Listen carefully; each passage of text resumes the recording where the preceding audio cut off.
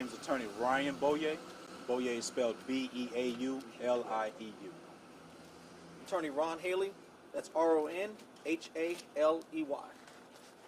Hello everyone, Dale Glover.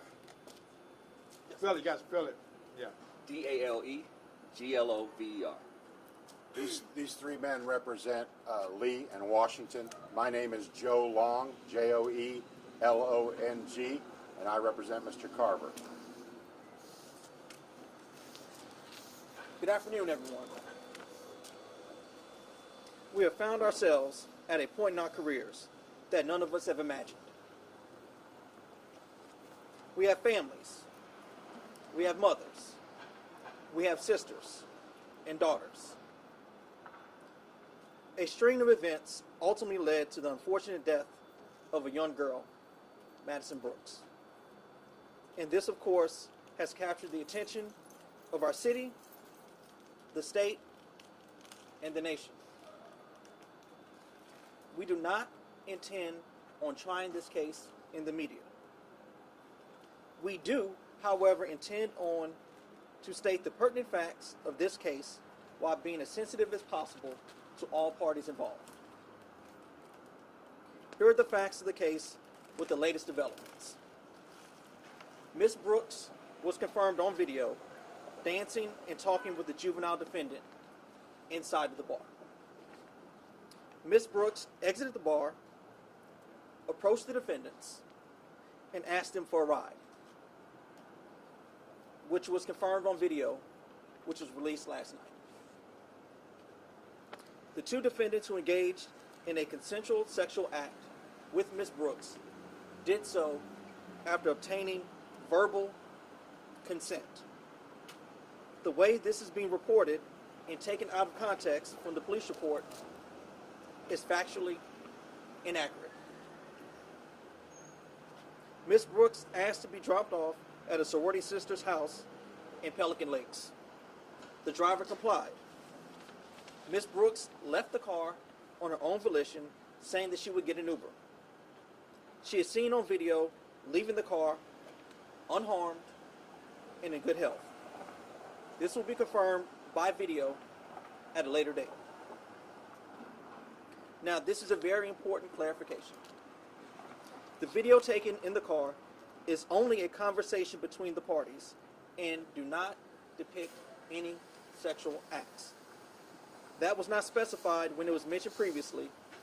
For any fault of ours, we apologize. As the facts of this case continue to come forth, we believe that intent and consent will be very clear. While we understand that the media has a duty to inform the public, we will not release these videos now. We're working with the DA and will allow the judicial process to take place. Again, we will not try this case in the court of public opinion or in the media. While this is a horrible tragedy resulting in a horrific accident, we truly believe the facts will prove that this was not a rape. We meet here only today to correct the record on some of the allegations that have been made against our clients. We hope that the public will understand and that we cannot and will not share everything that we have, both out of duty as officers of the court and out of respect for the victim's family. Now at this time, I'm going to invite Attorney Long up with me, and we'll take any questions that the media has. Questions, please. The other video that you mentioned, Attorney Haley, about the conversation between your clients and Ms. Brooks, can you talk about the timeline and give us a better picture? Was that after the encounter? I know it doesn't show the sexual encounter, but is that after that had happened? Yes, it is. Can y'all talk about how law enforcement went from investigating a crash death to turning this into a rape investigation? You'll have to talk to the sheriff's office about that. We don't know what led them to do this. We have our ideas, but we're not going to speculate. Gotcha. Can you speak to the video that was released late last night about all the parties leaving the bar around, I think, 1:50 last night? Can you kind of talk a little bit about that video? We didn't release the video. That was WBRZ that released the video, but it confirms what we've said all along, that my clients left my client and their clients all left, and they were getting ready to leave. And Miss Brooks approached them from the bar. And I think the video is the best evidence of what happened. But it's consistent with what our clients have always told the police.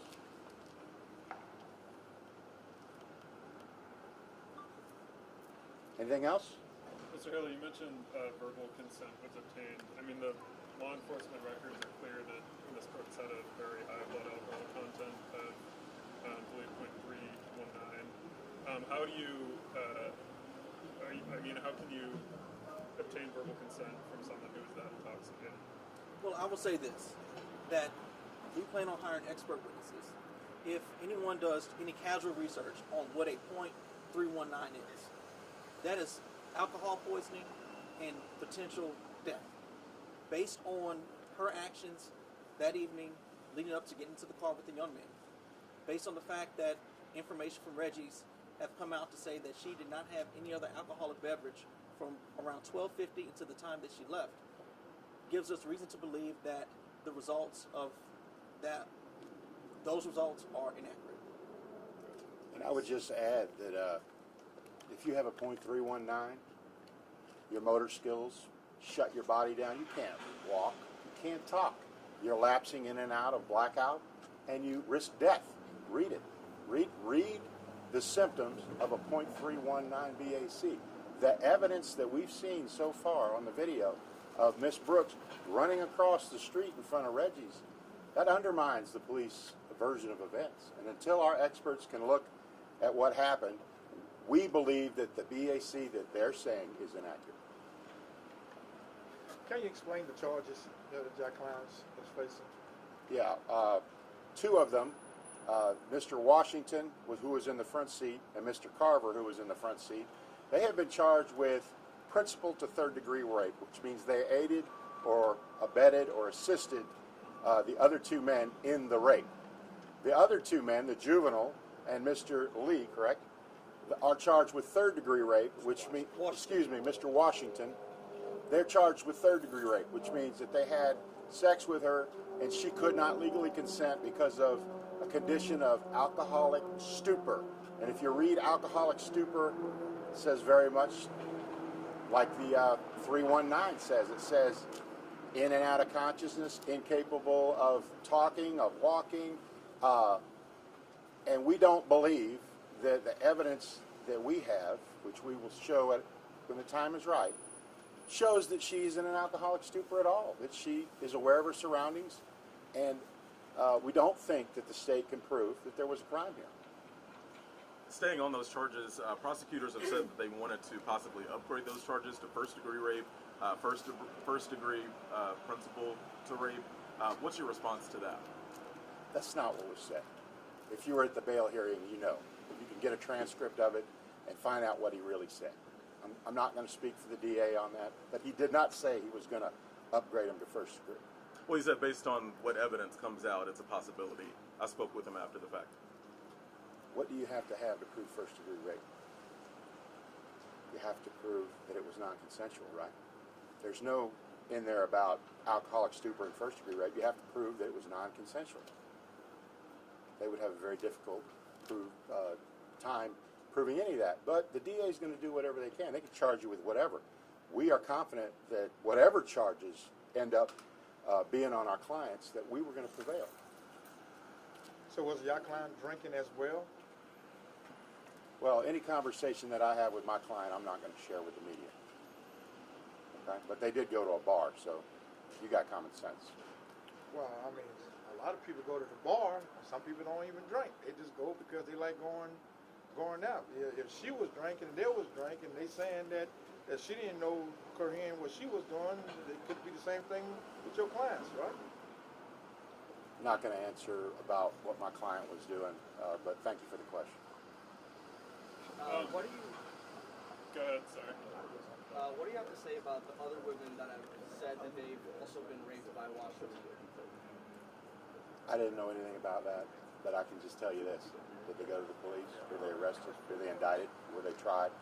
We're not going to argue. We're not going to argue about hypotheticals and rumors. All we know is if there was any credible evidence that any of our clients had done anything like that, it would have come out in the bail hearing. Do you mind speaking a little bit more to the videos that y'all are withholding? We're not going to speak with them at this time, and you have to understand that we cannot give you all of our strategy at this time. It's very early on in the case. But I promise you that when we make the decision to release it, we'll release it. And when you see it, or when a reasonable jury sees it, they will know for sure that this was not a rape. Can y'all speak to what role defending this case in the unusual situation of having a sexual assault victim who is no longer alive will play in your defense? Well, that's an interesting question. We believe if Ms. Brooks was alive, this would not be a crime. She would not have complained about it at all. And so the only reason it's there is because the understandable anger in the community wants someone to pay for her death. And we understand that. But our clients did not do that.